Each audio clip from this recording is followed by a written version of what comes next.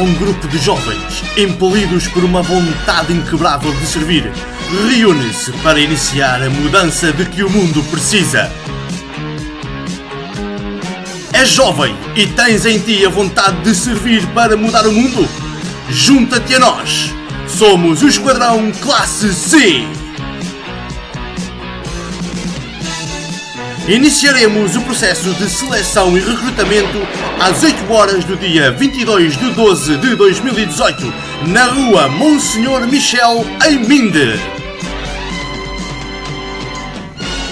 Somos o Esquadrão Classe C! Vem ser um de nós!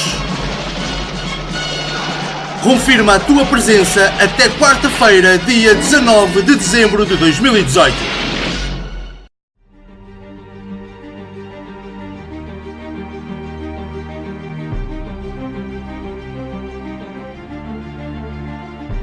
So if you want to change the world, start off by making your bed. If you make bed every morning, you will have accomplished the first task of the day. It will give you a small sense of pride, and it will encourage you to do another task, and another, and another. And by the end of the day, that one task completed will have turned into many tasks completed. Making your bed will also reinforce the fact that the little things in life matter. If you can't do the little things right, you'll never be able to do the big things right. And if by chance you have a miserable day, you will come home to a bed that is made. That you made. And a made bed gives you encouragement that tomorrow will be better.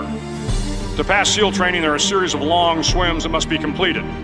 One is the night swim. Before the swim, the instructors joyfully brief the students on all the species of sharks that inhabit the waters off San Clemente. They assure you, however, that no student has ever been eaten by a shark, at least not that they can remember. But you are also taught that if a shark begins to circle your position, stand your ground. Do not swim away. Do not act afraid. And if the shark, hungry for a midnight snack, darts towards you, then summons up all your strength and punch him in the snout, and he will turn and swim away. There are a lot of sharks in the world. If you hope to complete the swim, you will have to deal with them. So if you want to change the world, don't back down from the sharks. Over a few weeks of difficult training, my SEAL class, which started with 150 men, was down to just 42. There were now 6 boat crews of 7 men each.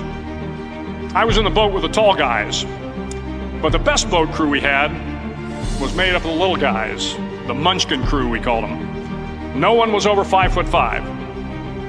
The Munchkin boat crew had 1 American Indian, 1 African American, 1 Polish American, 1 Greek American, 1 Italian American, and 2 tough kids from the Midwest. They out-paddled, outran, and outswam all the other boat crews. The big men in the other boat crews would always make good-natured fun of the tiny little flippers the Munchkins put on their tiny little feet prior to every swim. But somehow these little guys from every corner of the nation and the world always had the last laugh, swimming faster than everyone and reaching the shore long before the rest of us.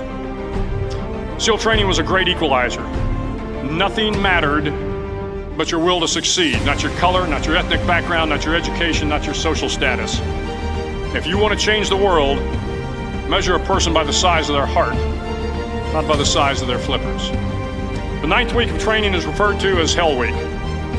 It is 6 days of no sleep, constant physical and mental harassment, and 1 special day at the Mud Flats.